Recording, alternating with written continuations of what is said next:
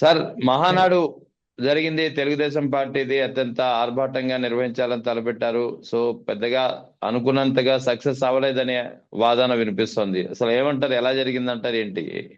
మహానాడు కార్యక్రమం అనేది మహానాడులా జరగలేదండి.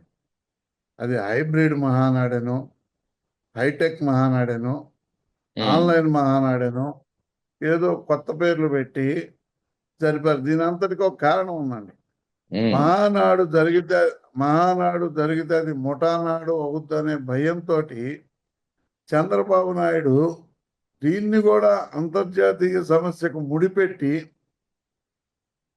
ఇరాను అమెరికా యుద్ధానికి అంతర్జాతీయ సమస్యకు ముడిపెట్టి హైబ్రిడ్ మహానాడు లాగా తయారు చేశాడు. ఎటు ఉమ్, మహానాడు జరిగితే నెల్లూరు జిల్లాలో ఓపెన్గా జరిగితే ప్రజలు రారు, ప్రతి గ్రామంలో 2 ముఠాలై కొట్టుకుంటున్నారు, అధికార పార్టీ ఎమ్మెల్యేల పనితీరుపై తీవ్ర వ్యతిరేకత ఉంది, ముఠానాడుగా తయారవుతనే భయంతో చంద్రబాబు నాయుడు హైటెక్ నాయుడిని క్రియేట్ చేశాడు. ఓకే. అసలు క్రియేషన్లో చంద్రబాబు నాయుడిని మించినోడు ఎవరు ఉండరు. విపత్తును ఎదుర్కోవడంలో, వాళ్ళ పార్టీలో ఉన్న విపత్తును ఎదుర్కోవడంలో నెంబర్ 1గా ప్లాన్ చేసుకున్నాడు. ప్లాన్ చేసుకున్న విషయం అది చంద్రబాబు నాయుడు కను లోకేష్కి తప్ప మిగతా వాళ్ళకి ఎవరికి అర్థం కాదు కూడా. ఉమ్, ఎందుకంటే జనం వచ్చే పరిస్థితిలో లేరు. కాబట్టి ఇది మహానాడు కాదు, ముఠానాడు. సరే, హైబ్రిడ్ మహానాడు, హైటెక్ మహానాడు జరుపుకున్నారు. ఏమంటే స్కూళ్ళల్లో జరిపారు, గుళ్ళల్లో జరిపారు, ఎండిఓ ఆఫీసుల్లో జరిపారు. ప్రభుత్వ కార్యాలయాల్లో మహానాడు జరపడం ఏందండి? సరే, అట్నే జరిపారు అనుకుందాం. కనీసం 20 మంది కూడా లేకుండా మహానాడు జరిపిన సందర్భాలు ఉన్నాయి. మనం చూసాం, నిన్న మొన్న చూసాం. అంటే దాని అర్థం చంద్రబాబు నాయుడు ఈ మహానాడు ముఠానాడు అవుతనే విషయాన్ని పసిగట్టే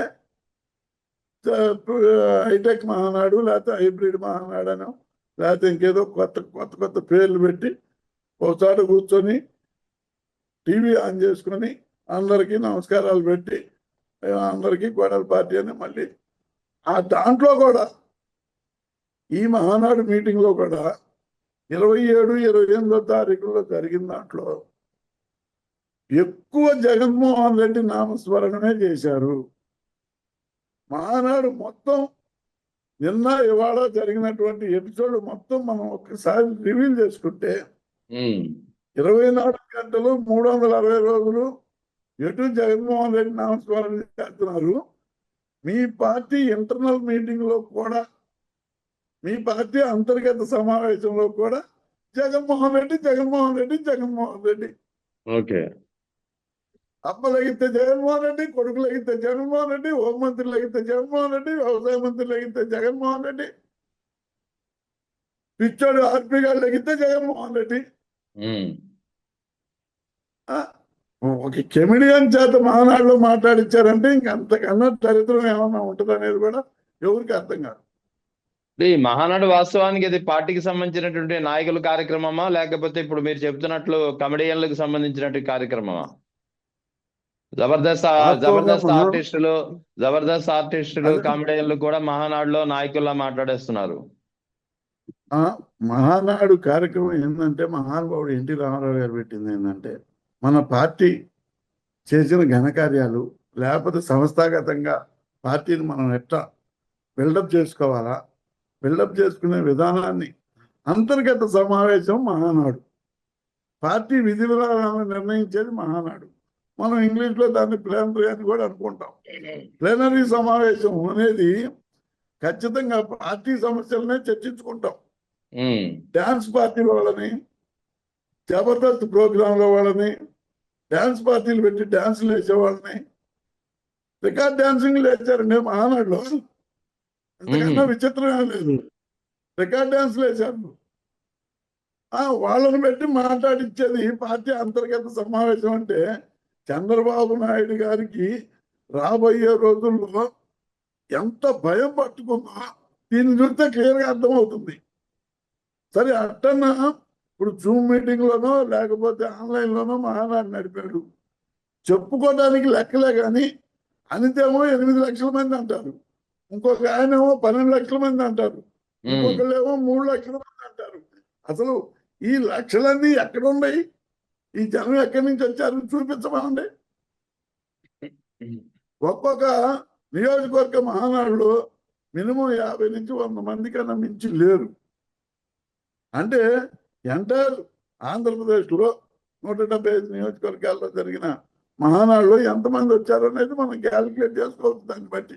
ముఖ్యంగా మహానాడు లాంటి కార్యక్రమంలో మీరు చెప్తున్నట్టు పార్టీకి సంబంధించినటువంటి అంతర్గత సమావేశాలకు సంబంధించినటువంటి ఒక కార్యక్రమంలో జబర్దస్త్ స్టేజ్ ఆర్టిస్టులు, కమెడియన్లు ఆ స్థాయికి దిగజారిపోయిందంటారా?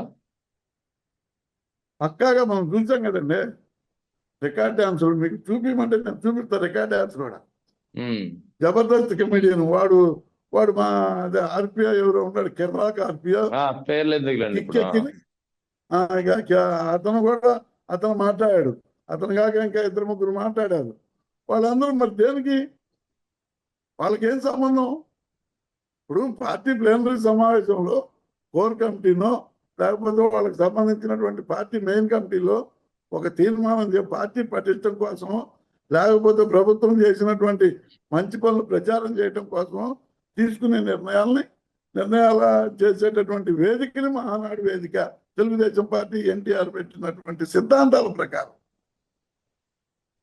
అంతేగాని జబర్దస్త్ యాక్టర్ను ఇంకొక యాక్టర్ను లేకపోతే రికార్డ్ డాన్స్ పార్టీలను పెట్టి డాన్స్ వేసుకోవడానికి కాదండి పెట్టింది.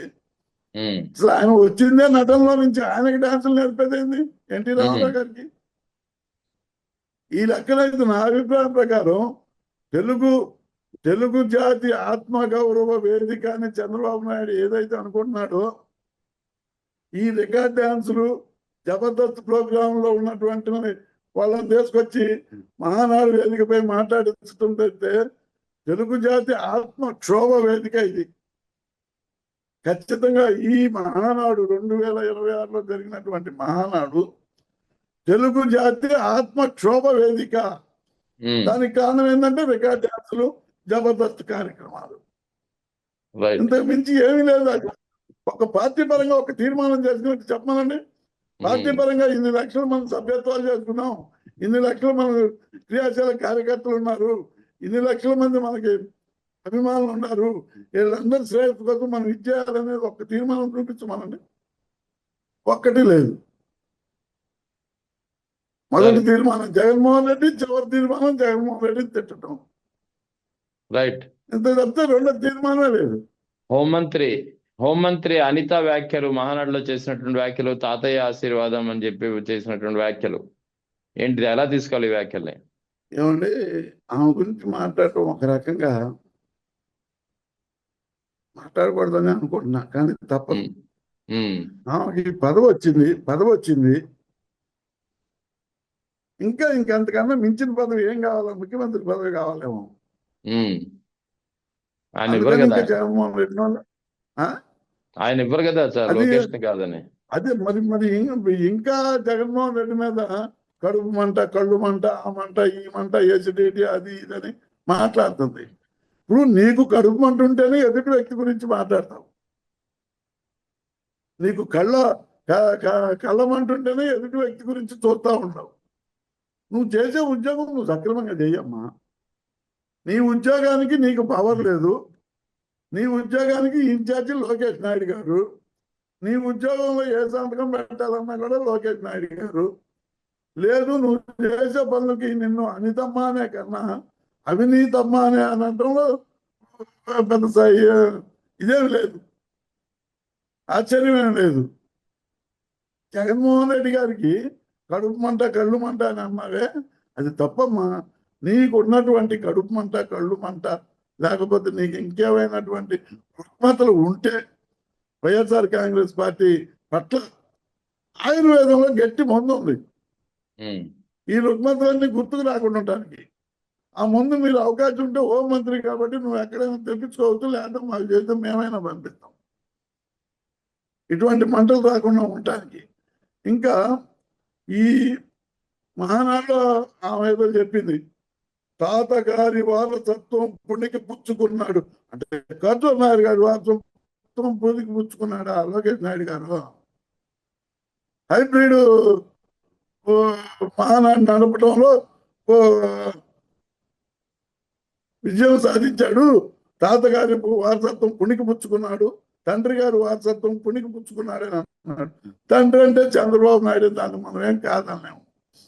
తాతగారి వారసత్వం అంటే కర్జూర్ నాయుడు గారి వారసత్వం పుణికి పుచ్చుకున్నాడు. అనితమ్మ గారు మాట చెప్పండి. ఎన్టీ రామారావు తాతగారు కాదా? కనీసం చెప్తున్నాను, కనీసం ఆ పార్టీ అధ్యక్షులైనటువంటి, వ్యవస్థాపక అధ్యక్షులైనటువంటి గౌరవనీయులు స్వర్గీయ ఎన్టీ రామారావు గారు పేరెత్తడానికే మీకు చిరాగ్గా ఉండి తాతగారు వారసత్వం అని అన్నారే. జనరల్ గా తాతగారి వారసత్వం అంటే తండ్రిని తాతగారి వారసత్వం అంటారు. తల్లిని కన్న తండ్రిని తాతగారి వారసత్వం అని ఎక్కడ? మన ఆచార సాంప్రదాయాల ప్రకారం, హిందూ మత ఆచార సాంప్రదాయాల ప్రకారం, లేకపోతే భారతీయ సంస్కృతి ప్రకారం, మతాలు కులాలు పక్కన పెడితే తండ్రిని కన్న తండ్రిని తాతగారి వారసత్వం అంటారు. తల్లిని కన్న తండ్రిని తాతగారి వారసత్వం అని ఎక్కడ అంటారు? అది అనితమ్మ గారు చరిత్ర హిస్టరీలో మరి అట్లా రాజున్నారో మాకైతే తెలియదు. మరి కర్జూర్ నాయుడు గారి వారసత్వం పుణికిపుచ్చుకున్నటువంటి వ్యక్తి లోకేష్ నాయుడు గారు, దానికి మేము సందేహం లేదు. ఎన్టీఆర్ గారి వారసత్వం పుణికిపుచ్చుకోవడానికి ఎన్టీఆర్ గారికి 60 మంది కొడుకులు ఉన్నారు. ఇప్పుడు దాదాపు 10-12 మంది మనవాళ్ళు ఉన్నారు. వాళ్ళకు వస్తుంది వారసత్వం, ఎన్టీఆర్ గారి వారసత్వం. అంతేగాని పురంధరేశ్వర కొడుకో ఏవో కొడుకో, ఇంకొక ఆమె లోకేశ్వరమ్మ కొడుకో, ఇంకొక నాలుగు ఆమె కొడుకో వచ్చిందంటే అది చాలా విడ్డూరంగా ఉంటుంది జనం వినడానికి. అనితమ్మకి ఆ మాత్రం కూడా తెలియకుండా హోమ్ మినిస్టర్ చేస్తుందంటే ఇంతకన్నా సిగ్గుచేటు ఇంకా మరొకటి ఉండదు.